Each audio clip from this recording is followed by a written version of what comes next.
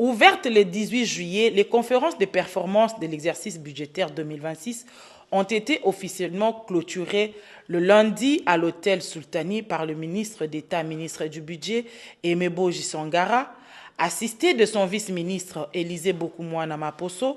La cérémonie s'est déroulée en présence du secrétaire exécutif COREF et du secrétaire général du budget, ainsi que des hauts cadres de l'administration publique. Le rapport final de ces assises techniques a été présenté par Alain Lubamba Walubamba, directeur général de la Direction générale de développement et de suivi de performance.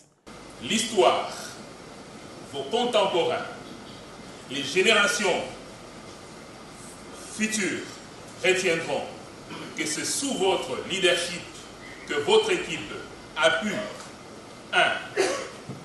Obtenir la révision de la LOFIP, introduisant ainsi la notion de découpage des ministères en programmes budgétaires. Le PAP, le PEV prévisionnel, le PETER provisionnel, le PPM prévisionnel. L'organisation des premières conférences des performances, une des étapes essentielles du processus d'élaboration de la loi de finances.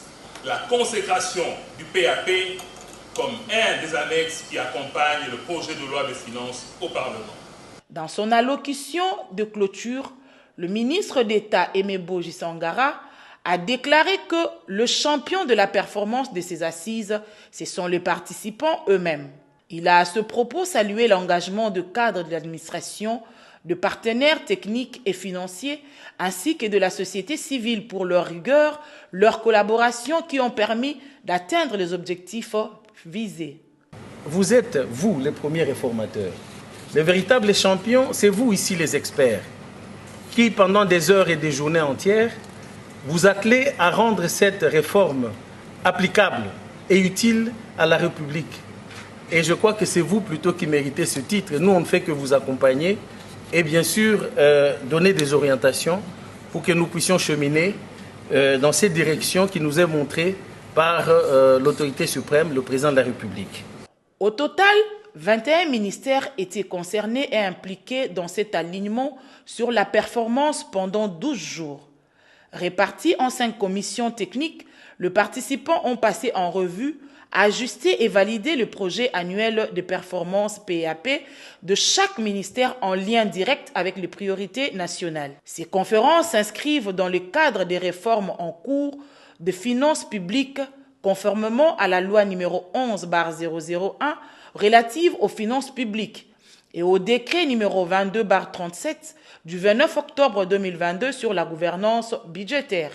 À l'instar des travaux des conférences budgétaires qui ont été également lancés le lundi au centre financier par le ministre d'État Emeboji Sangara, les conférences de performance ont été aussi organisées sous le haut patronage du président de la République, Félix-Antoine Tshisekedi Tshilombo, et sous la coordination de la première ministre Judith Suminwa Tuluka. Cela témoigne, dans nul doute, la volonté du gouvernement de doter la RDC d'un système budgétaire fondé sur la performance, la transparence et la responsabilité.